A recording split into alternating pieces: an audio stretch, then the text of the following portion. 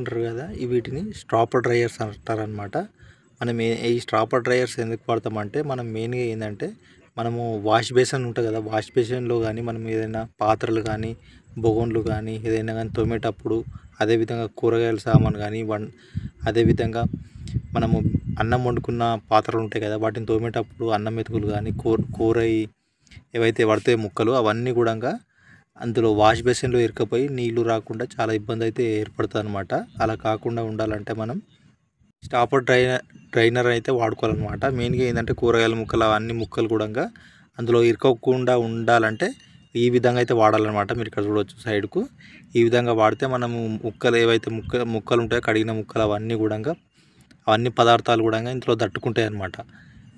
Same cap మాదిరిగా ఉంటాయి అన్నమాట. మనము అక్కడ బేసిన్లో మనం ఎక్కడైతే వాటర్ పోతుందో అక్కడ ఫిట్ చేయాలన్నమాట. ఫిట్ చేసిన తర్వాత మనము అప్పుడు ఏవైతే ఉంటాయో వాటి అన్నిటిని తీసేయడానికి మనకు చాలా విధంగానే మనం మంచిగా ఏవైతే దట్టిని ఉంటాయో మంచిగా సులభంగా అయితే తీయడానికి అయితే చాలా వీలు ఉంటుంది అనమాట. మీరు ఇక్కడ చూడవచ్చు ఈ పదార్థాలు అన్నీ కూడా తీయడానికి అయితే చాలా బాగుంటుంది చూడవచ్చు.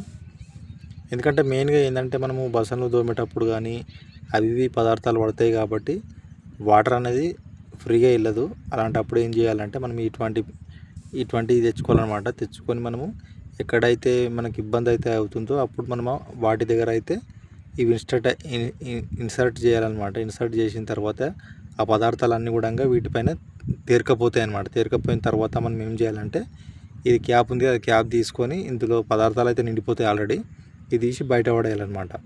అంతే. అంటారు కదా, వీటిని స్ట్రాపర్ డ్రైయర్స్ అంటారనమాట.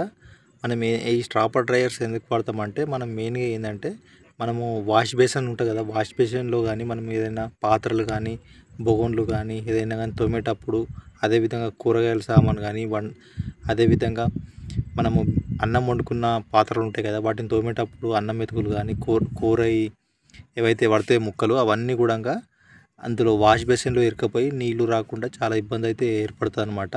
అలా కాకుండా ఉండాలంటే మనం స్టాపర్ డ్రైనర్ అయితే వాడుకోవాలన్నమాట. మెయిన్గా ఏంటంటే కూరగాయల ముక్కలు అన్ని ముక్కలు కూడా అందులో ఇరుక్కోకుండా ఉండాలంటే ఈ విధంగా అయితే వాడాలన్నమాట. మీరు ఇక్కడ చూడవచ్చు సైడ్కు ఈ విధంగా వాడితే మనము ముక్కలు ఏవైతే ముక్కలు ఉంటాయో కడిగిన ముక్కలు అవన్నీ కూడా అవన్నీ పదార్థాలు కూడా ఇందులో తట్టుకుంటాయి అన్నమాట. సేమ్ క్యాప్ మాదిరిగా ఉంటాయి అన్నమాట. మనము అక్కడ బేసిన్లో మనం ఎక్కడైతే వాటర్ పోతుందో అక్కడ ఫిట్ చేయాలన్నమాట. ఫిట్ చేసిన తర్వాత మనము అప్పుడు ఏవైతే ఉంటాయో వాటి అన్నిటిని తీసేయడానికి మనకు చాలా విధంగానే మనం మంచిగా ఏవైతే దట్టిని ఉంటాయో మంచిగా సులభంగా అయితే తీయడానికి అయితే చాలా వీలు ఉంటుంది అనమాట. మీరు ఇక్కడ చూడవచ్చు ఈ పదార్థాలు అన్నీ కూడా తీయడానికి అయితే చాలా బాగుంటుంది చూడవచ్చు.